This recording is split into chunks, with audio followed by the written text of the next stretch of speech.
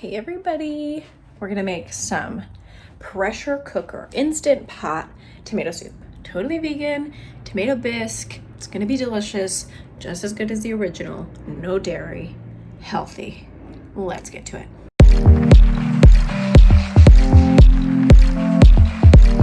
Hey everyone, this recipe will be entirely made in the Instant Pot and a blender. So if you have a blender, it'll be super handy dandy, especially if you have a high-speed blender.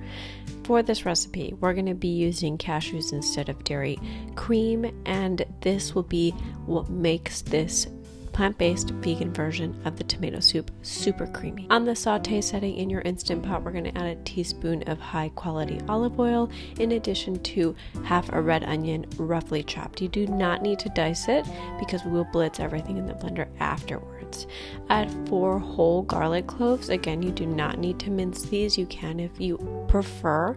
You want to saute and cook your aromatics first for about 3 to 5 minutes.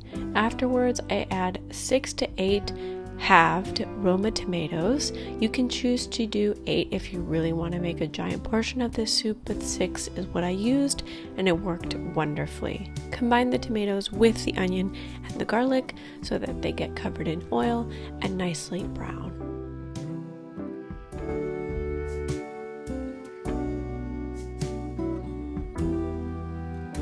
Next up, add a generous amount of fresh black pepper. I recently got a battery-powered pepper grinder and it has really changed the game, so I highly recommend it. Add 1 28-ounce can of tomato sauce. Afterwards, add 1 to 1.5 cups of water in the can to rinse the inside and also to preserve it and use it back into the soup. Dump it back into your Instant Pot and continue as normal. Add a 1/4 cup of nutritional yeast for that cheesy umami flavor, in addition to 3/4 cup of raw cashews. Just add them right into the Instant Pot. Add a tablespoon of dried oregano for some Italian seasoning, and then we'll add a tablespoon of veggie bouillon. You can use store-bought or homemade, and add 3 cups of veggie broth or water. This is entirely up to you. I really wanted this to be a rich soup, so I chose veggie broth, and so you want to add 3 cups of that. Set your Instant Pot to pressure cook for 30 minutes, so take it off of that saute setting and then just add the lid and let it do its magic for 30 minutes.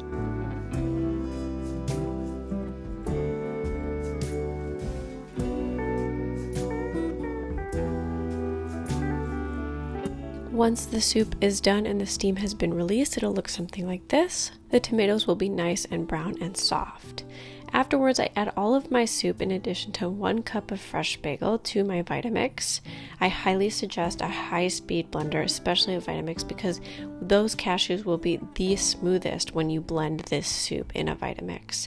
I like to start at a low setting because the soup will be pretty hot, and I ventilate it just a little bit, and then I increase my speed up to about 8 so that the cashews are super blended and you literally can't even tell that they're there, and the soup begins to change color from a deep red to a lighter sort of orange color.